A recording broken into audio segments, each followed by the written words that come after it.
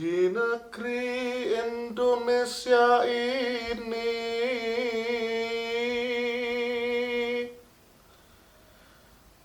Pancasila jadi dasarnya.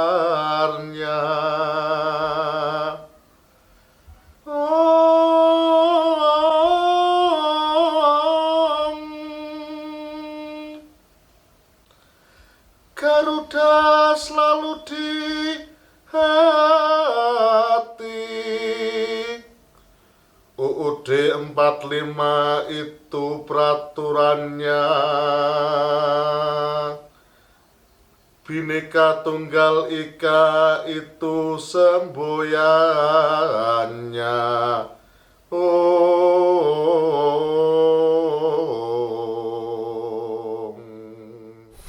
Kepada Sang Merah Putih, hormat! Gerak!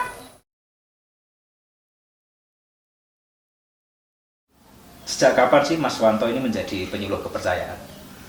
Untuk saya menjadi penyuluh kepercayaan kira-kira setelah keluar Permendikbud nomor 27 tahun 2016. Ketika itu saya langsung bergerak ke dinas, terus kita bergerak ke sekolahan. Nah, terrealisasinya pendidikan kepercayaan terhadap Tuhan Yang Maha Esa di tingkat sekolahan itu saya mengampu tahun 2017. Sudah mulai mengampu.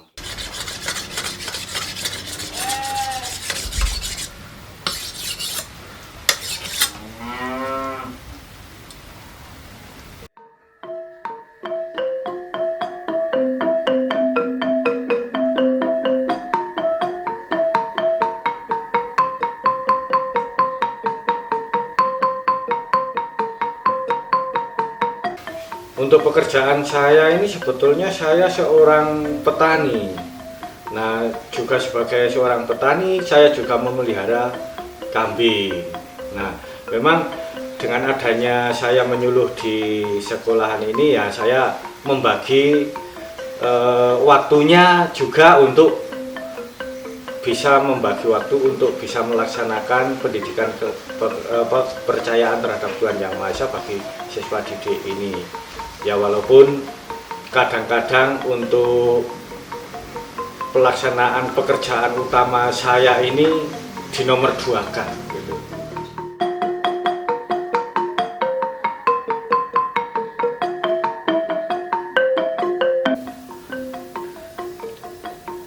Apa nih motivasi Mas Wanto sehingga tergerak untuk menjadi penyuluh kepercayaan?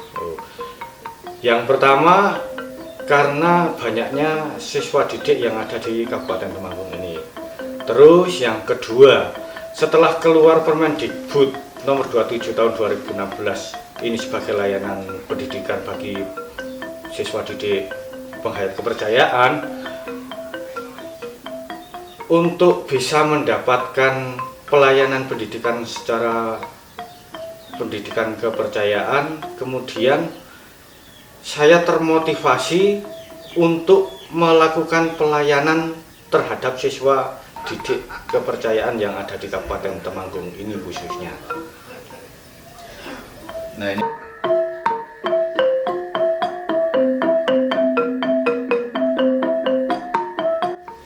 ini tempat mengajarnya apakah sama dengan siswa lain di sekolah ataukah dilaksanakan di luar sekolah? Oh ya, di sekolah Mas, saya laksanakan di sekolah.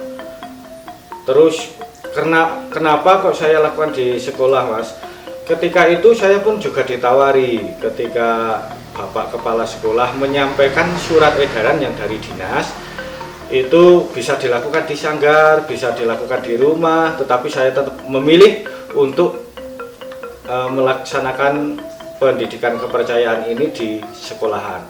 Karena di samping itu nanti saya bisa membuat anak ini menjadi lebih percaya diri yang pertama. Yang kedua, supaya anak ini nanti ketika jadwal pembelajaran agama itu sudah bisa terkondisikan sehingga tidak di luar ataupun di tempat lain sehingga bisa mengganggu ataupun bisa teman lainnya tidak nyaman begitu. Nah ini kan latar belakang Mas Wanto ini kan bukan dari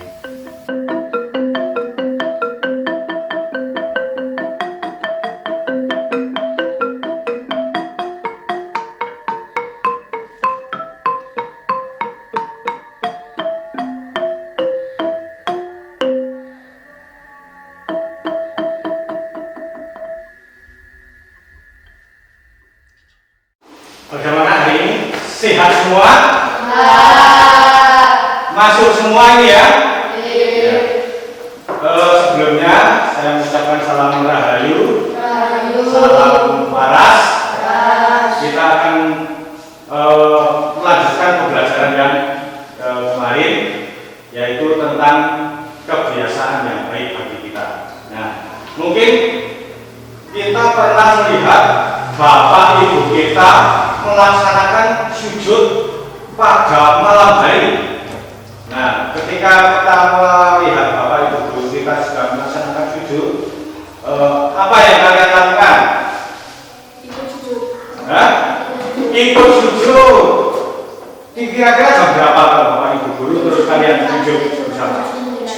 Jam 7, jam berapa lagi? Jam 9, jam berapa lagi? Jam 11.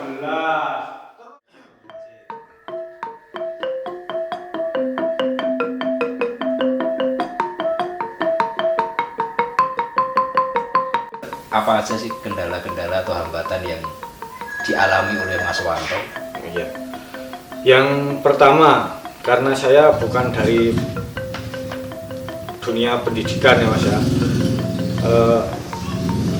Kendala yang pertama mungkin terbenturnya jadwal-jadwal pembelajaran yang ada di tingkat sekolahan. Nah, ketika bebarengan, strategi saya ketika saya di sekolah SD 3 Kalimanggis dan SMA Harapan Bangsa ataupun di SMA Bakti Karya, biasanya hari Kamis Mas itu benturannya kalau jam pelajaran untuk pendidikan kepercayaannya itu. Nah, strategi saya memang ketika saya datang ke SDN 3 Kalimanggis, berarti saya memberikan tugas kepada siswa yang ada di SMA Bakti Karya ataupun SMA Harapan Bangsa. Kemudian minggu yang selanjutnya saya datang ke SMA Bakti Karya, kemudian yang SDN 3 Kalimanggis saya beri tugas. Terus yang SMA Harapan Bangsa selang seminggu kemudian baru saya datang ke situ dan saya memberikan tugas untuk SMA Bakti Karya dan yang ada di SDN 3 Kalimanggis. Begitu metode yang saya terapkan untuk bisa melayani siswa pendidik dalam satuan pendidikan. Nah tadi kan backgroundnya bukan pendidikan ya Mas. Selain dari jarak tempuh dan juga jadwal, untuk administrasi Mas, kayak RPP, silabus, kemudian prota, promes itu dalam menyusun ada kendala nggak sih? Sebetulnya untuk menyusun RPP, untuk menyusun silabus, untuk menyusun prota ataupun promes itu memang kita kendala besar banget di situ. Tetapi saya berusaha untuk selalu pendekatan ke pihak sekolah. Ketika yang dibutuhkan itu administrasi tentang apa, misalkan tentang pembuatan RPP. Nah, di situ saya berkomunikasi dengan para teman-teman guru yang ada di sana sehingga nanti bisa dilaksanakan ataupun dipenuhi administrasi tersebut. Nah ini yang terakhir ya Mas ya, tapi agak sensitif.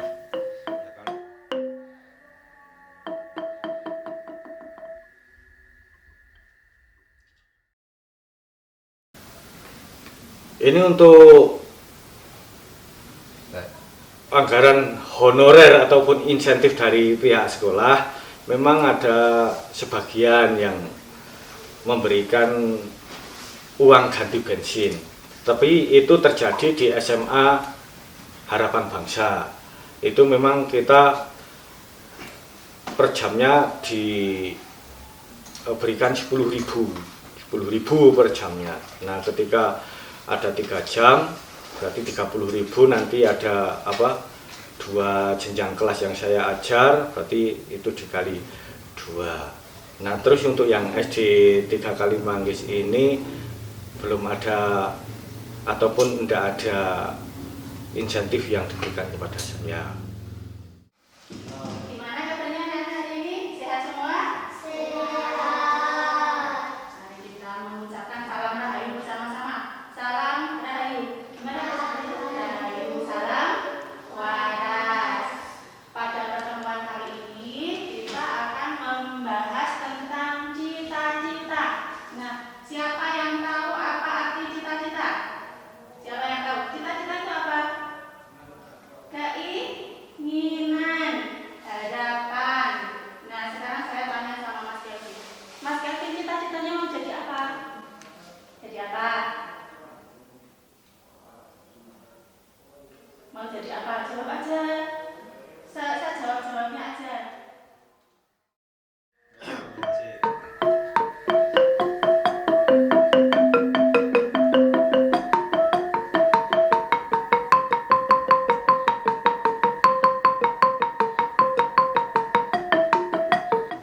Selamat sore Mbak Nuri. Selamat sore. Salam rahayu. Salam rahayu. Salam waras. Salam waras. Jadi ini akan ada beberapa pertanyaan ya. Oke. Sejak kapan Mbak Nuri menjadi penyuluh kepercayaan terhadap Tuhan Yang Maha Esa di daerah Kabupaten Semarang? Saya menjadi penyuluh kepercayaan terhadap Tuhan Yang Maha Esa di Kabupaten Semarang sejak tahun 2019. Apa sih motivasi Mbak Nuri untuk menjadi penyuluh kepercayaan? Saya merasa terpanggil untuk membantu mengajar anak-anak penghayat kepercayaan agar mereka mendapatkan pelayanan sesuai dengan kepercayaan yang diyakininya. Nah, untuk sekarang kan mengajar dari tahun 2019 ya. Iya. Berarti untuk sekarang mengajar berapa sekolah? Saya mengampu di 4 sekolah. SD Bedono 2, SD Candigaron 1 Kecamatan Sumowono, SMP Negeri 1 Sumowono, dan SMP Negeri 2 Sumowono. Kemudian untuk tempat mengajarnya ini di mana dan alasannya kenapa kok milih tempat mengajar di? Kalau tempat mengajar, saya melaksanakannya semua di sekolah.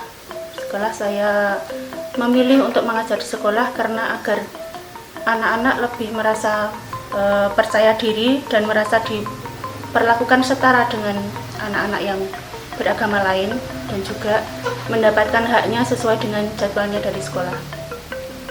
Nah, Mbak Nuri ini kan bukan latar belakangnya bukan dari pendidikan ya. Iya. Sebenarnya kendala atau hambatan apa yang dialami Mbak Nuri ketika mengajar, misalkan dari jadwal atau administrasi? Kalau kendala yang saya alami ya memang saya latar belakangnya bukan dari bidang pendidikan, jadi kadang-kala saya merasa kesulitan dalam mengajar gitu. Dan untuk penyusunan administrasi saya juga kadang-kala merasa kesulitan, tapi saya terus berkomunikasi dengan pihak sekolah dan juga teman-teman penyuluh yang lain, jadi saling berkoordinasi dan saling membantu untuk mengatasi itu. Nah, tadi dikatakan bahwa background atau latar belakang Mbak Nuri kan bukan dari pendidikan. Ya. Nah, pekerjaan utamanya apa sih sebelum itu? Saya ibu rumah tangga biasa. Rumah tangga biasa Iya. ini. Iya. Nah, ini yang terakhir nih Mbak, yang agak sensitif. Apakah ada insentif dari sekolah? Karena biasanya kan kalau guru honorer itu kan ada honor atau insentif yang diberikan oleh sekolah. Nah, ketika Mbak Nuri mengajar sebagai penyuluh kepercayaan, ada nggak sih yang dari sekolah yang memberikan insentif atau honor? Dari sekolah tidak ada. Tidak ada sama Berarti sekali. ucapan terima kasih. Iya. Dan tapi mereka memberikan fasilitas saja. Nah, Iya. berarti tetapi tetap memberikan Tetap memberikan fasilitas. Ya, terima kasih. Selamat sore Rahayu. Rahayu.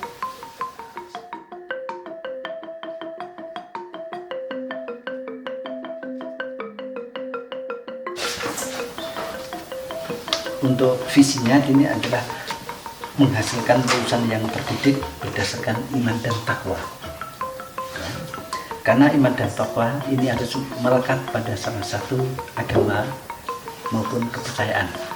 Ya, agama di sini adalah ada Islam, ada Buddha, ada Kristen, dan kepercayaan terhadap Tuhan Yang Maha Esa. Namun untuk pembelajarannya adalah kita tetap memberikan layanan yang terbaik. Tetap semua adalah sama. Ya, agar untuk mencipta orang yang takwa kan jadi.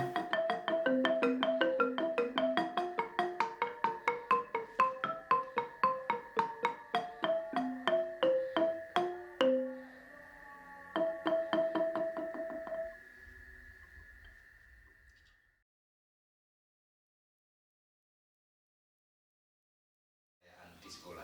Saya sangat mendukung dan senang dengan adanya pembelajaran kepercayaan di sekolah.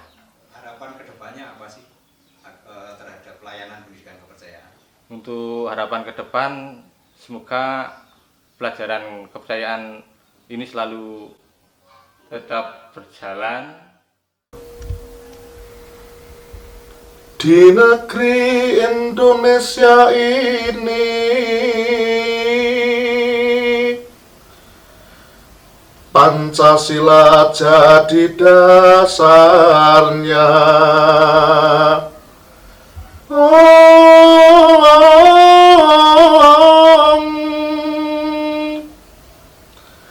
Garuda selalu di hati. UUD 45 itu peraturannya. Bhinneka Tunggal Ika itu semboyannya. Oh